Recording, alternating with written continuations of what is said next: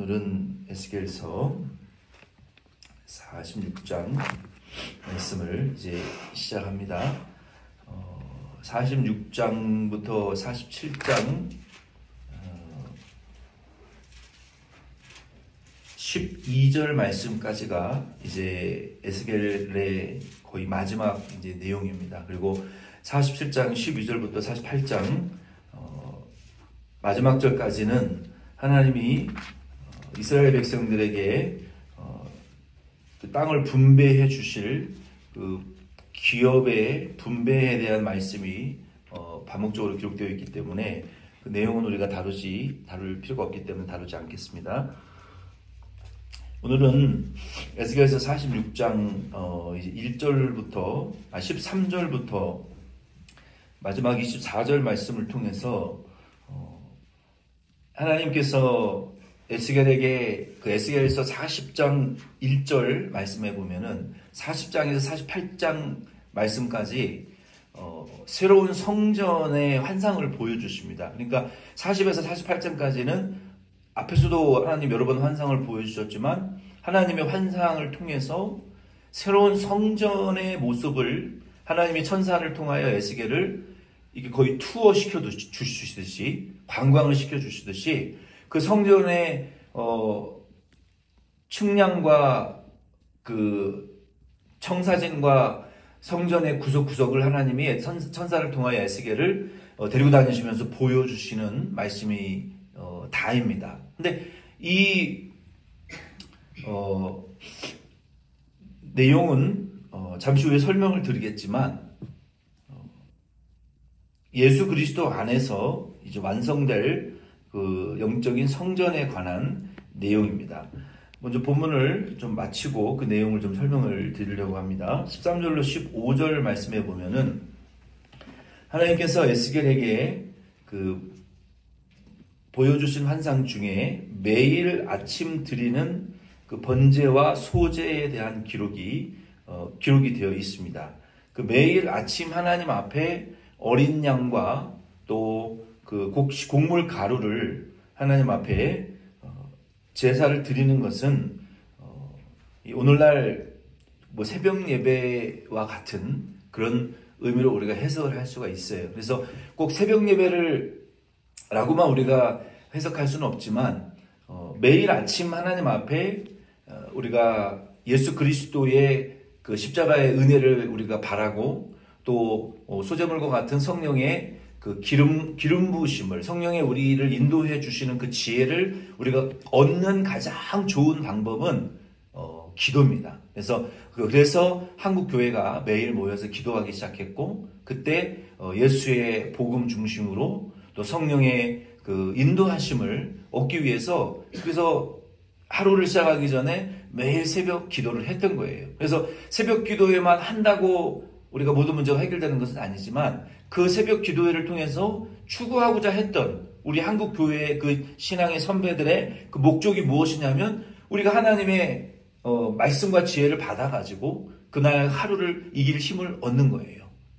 그런 의미로 우리가 적용을 할 수 있고 16절로 18절 말씀해 보면은 하나님께서 그 가나안 땅을 이제 분배할 때 군주들에게도 그 땅을 분배를 해 주었어요. 하나님께서 군주들에게 주신 그 땅은 자녀들에게 물려줄 수는 있지만 하나님이 분배해 주신 그것만 물려줄 수가 있었어요. 예를 들어서 하나님이 왕에게 한 그 타운 도시를 물려주셨는데 왕이 욕심을 부려서 그 옆에 있는 도시의 사람들을 쫓아내고 그거를 뺏어서 자녀들에게 물려주어서는 안 된다. 왜냐하면 하나님이 이스라엘 12지파에게 물려주신 그 땅은 그 백성들이 그 땅을 이제 지켜야 되기 때문에 물려주신 것인데 만약에 왕이 욕심을 부려서 옆에 도시까지 사람들을 쫓아내고 뺏어서 자녀들에게 물려주는 것은 그거는 옳지 않다는 거예요. 그리고 왕이 종들에게 물려준 땅은 영원히 그 종들의 소유가 되지 못하고 다시 왕의 소유로 희년이 되면 희년이라는 것은 7년이 7번 지난 이후에 50년째 되는 해가 성경에 보면은 희년입니다. 그러니까 7 곱하기 7은 49잖아요. 49년이 7년이 7번 지나고 50년째가 되는 해가 되면 그때 레위기와 구약 율법서에 보면은 그 희년에 하나님이 사람들에게 베풀어 줘야 될 은혜들에 대해서 쭉 말씀을 하시면서 왕이 종들에게 물려준 땅은 자식들은 영원히 그 소유를 가질 수 있지만 종들은 왕에게 다시 그 소유를 돌려줘야 된다라고 말씀하셨어요. 그것은 하나님께서 왕에게 분배해 주신 땅이기 때문에 왕에게 소유권이 있고 또 각 지파들에게 지정해 주시고 분배해 주신 그 땅은 그 지파들이 보존해야 될 땅이기 때문에 자기의 것을 하나님 물려주신 것을 꼭 지켜내는 그러한 신앙이 필요하다라는 의미로 우리가 해석을 할 수가 있습니다.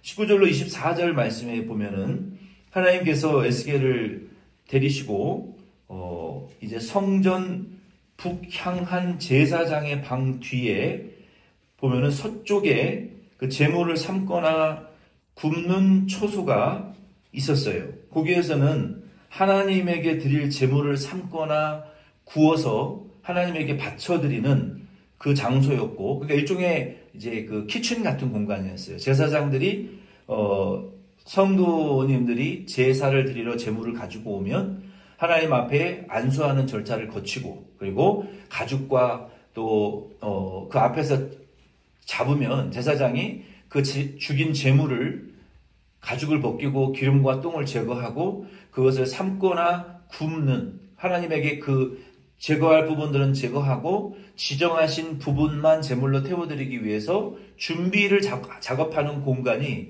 제사장이 제사 드리기 위해서 작업하는 그 독립된 제사장의 그 주방 공간이, 그러니까 제사를 드리기 위한 준비 공간이 있었다는 거예요. 그래서 그 제단에서 준비할 하나님께 제사를 이제 태우거나 또 불태워 드린 이후에는 그곳으로 제물을 하나님이 가져가서 제사장들이 먹으라고 하신 그 제물들을 제사장이 그곳에서 먹었습니다. 그리고 그 일을 또 돕는 자들이 있었어요. 레위인들 중에. 그러니까 제사장 말고 제사장이 제사 드리는 일을 돕는 수종드는 그 레위인들이 또 있었어요. 그래서 그들의 주방 공간이 따로 있었습니다. 그래서 제사장의 그 제사드리를 준비하는 공간이 따로 있었고, 그 일을 수종드는 자들의 또 다른 그 제사를 준비하는 그 공간이 따로 있었어요. 그래서 이게 구분이 되어져 있었던 것은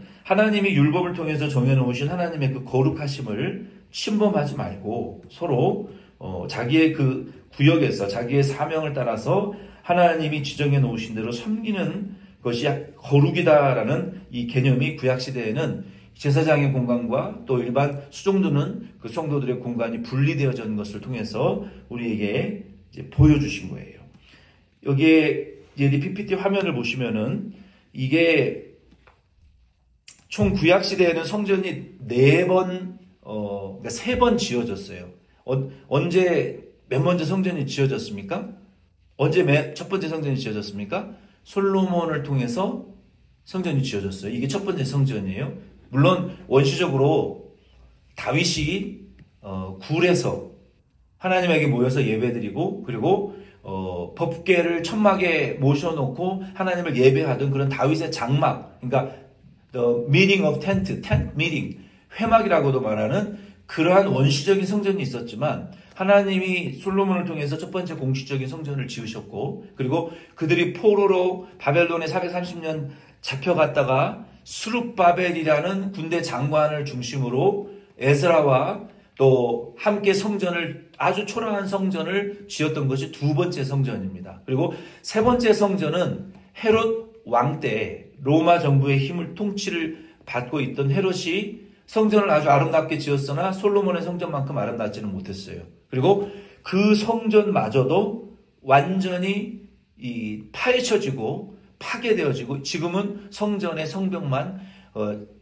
조금 예루살렘에 지금 남아 있을 뿐이에요. 그리고 그 성전, 하나님이 솔로몬 왕을 통해서 지었던 그 물리적인 성전 자리에는 이슬람 황금 사원이 차지하고 그곳에 거룩한 곳에 가증한 이슬람 황금 사원이 지금 이 자리를 하고 있습니다. 그래서 그렇게 역사적으로 3번 성전이 세워졌는데 하나님께서 에스겔 40장 말씀에 에스겔에게 새로운 성전을 내가 세울 것이다 라고 보여준 그 환상은 언제였었냐면은 솔로몬 때 지은 첫 번째 성전이 무너진 지 얼마 되지 않았을 때, 그리고 두 번째, 세 번째 성전이 지어지기도 한참 이전에, 그때 하나님이 새로운 성전을 내가 짓게 할 것이다 라고 하나님 환상을 보여주셨어요. 그 성전의 환상이 이 평면도가 바로 요것입니다. 이 성전에 보면은 우리가 지난 시간까지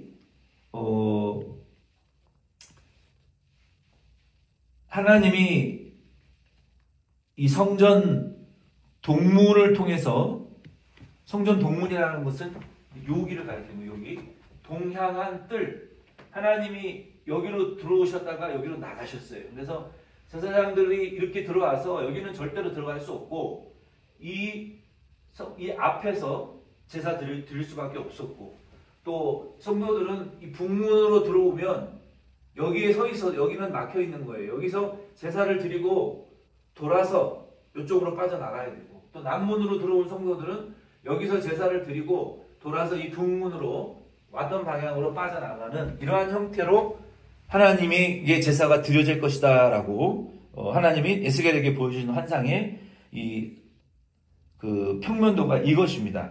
그러면은 이걸 입체적으로 우리가 보게 되면은 오늘 하나님이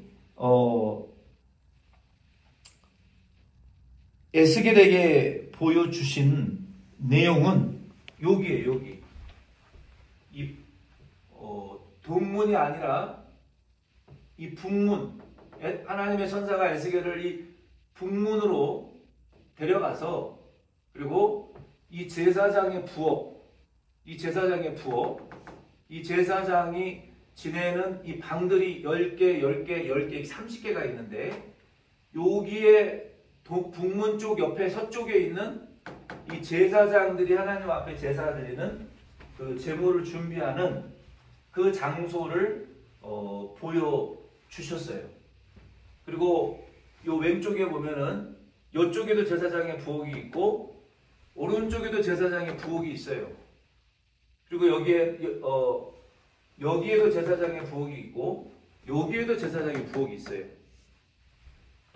그리고 여기에 있는 이 방들은 총 30개가 되어 있는데 이 방들이 3층으로 되어 있었고, 30개의 3층이면 총 90개의 제사장들의 공간이 성전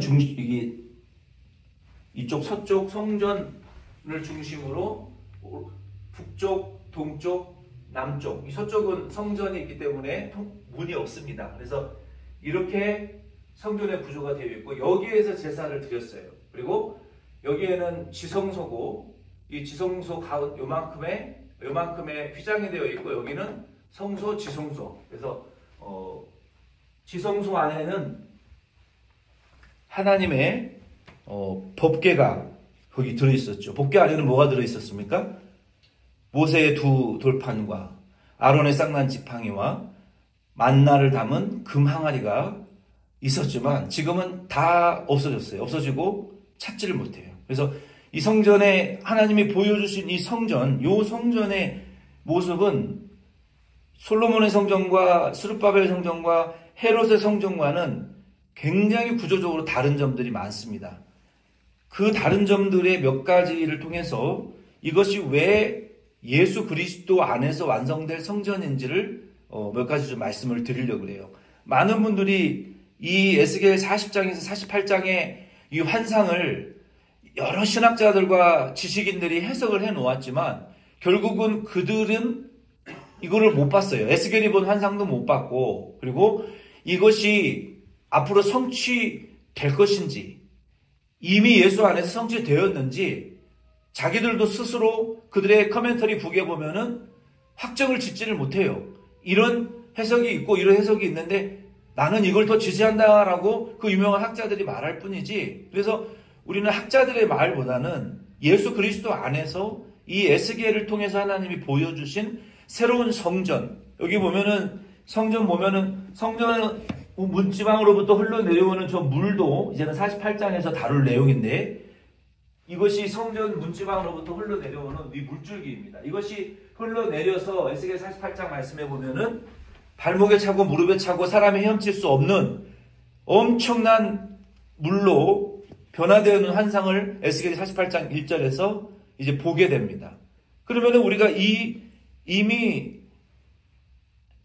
솔로몬 성전은 무너졌고 스룹바벨과 헤롯 성전은 지어지기도 훨씬 이전에 하나님이 이 성전을 솔로몬에게 보여주신 이유는 물리적인 성전을 이대로 지으라는 말씀이 아니에요. 이 말씀을 통해서 장차 그래서 유대인들은 30살이 되기 전까지는 에스겔 40장과 48장을 읽지 못하게 합니다. 왜? 무슨 의미인지 이해할 수가 없기 때문에. 지금도 유대인들은 30세 이전에는 에스겔 40장 이후로는 읽지를 못하게 해요. 해석할 방법이 없어요. 왜? 예수 그리스도가 아니면 해석이 안 되는 거예요. 에스겔 40장, 48장은.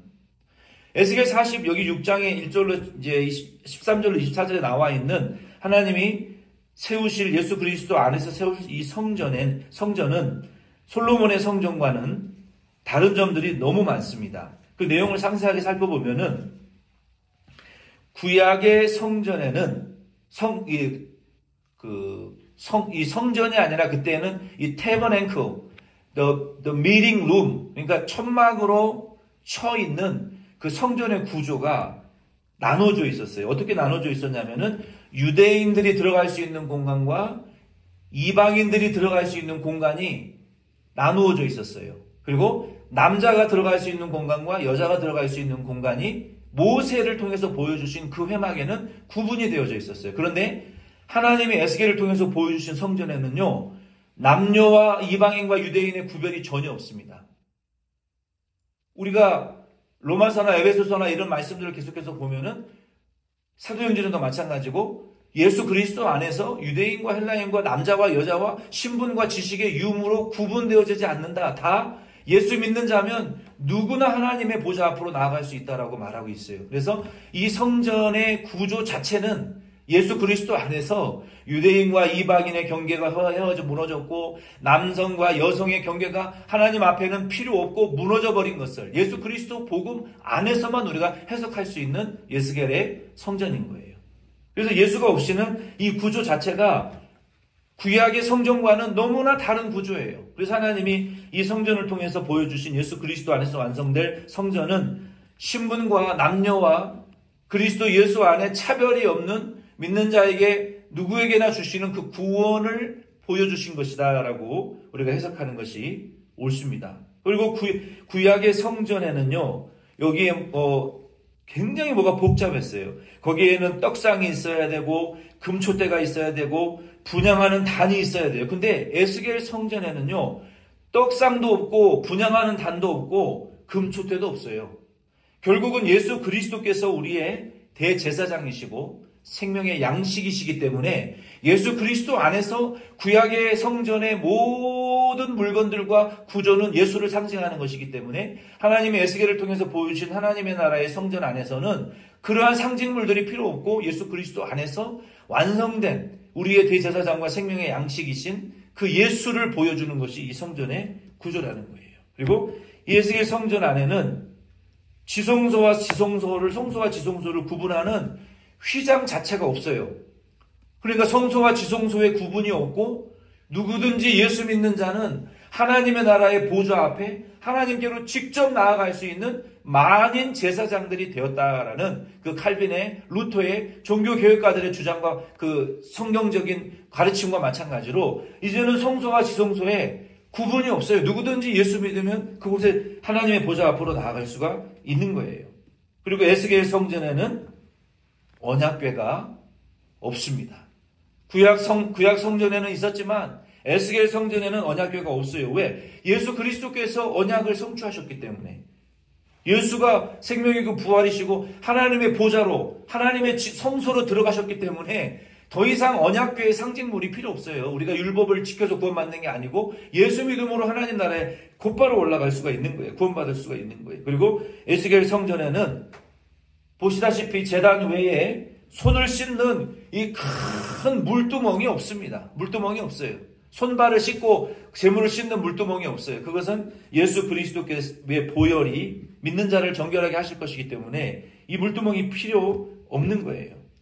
그러므로 에스겔을 통해서 하나님이 보여주신 이 성전의 환상은 구약의 솔로몬의 성전과 스룹바벨 성전과 헤롯 성전, 이것과는 모세를 통해서 보여주신 회막과는 전혀 다른 차원의 예수 그리스도 안에서 예수 그리스도의 십자가와 부활로 하나님의 나라의 지성소에 들어가신 그 예수 그리스도를 우리에게 보여주시는 것이라고 밖에 이 에스겔 40장에서 48장의 말씀은 해석될 수가 없어요. 그게 아니면. 그래서 유대인들은 30세 이전에 이 성경을 못 읽게 하는 거예요. 왜? 해석할 방법도 없고 이해할 방법도 없어요. 지금도 해석을 할 줄 몰라요, 유대인들은.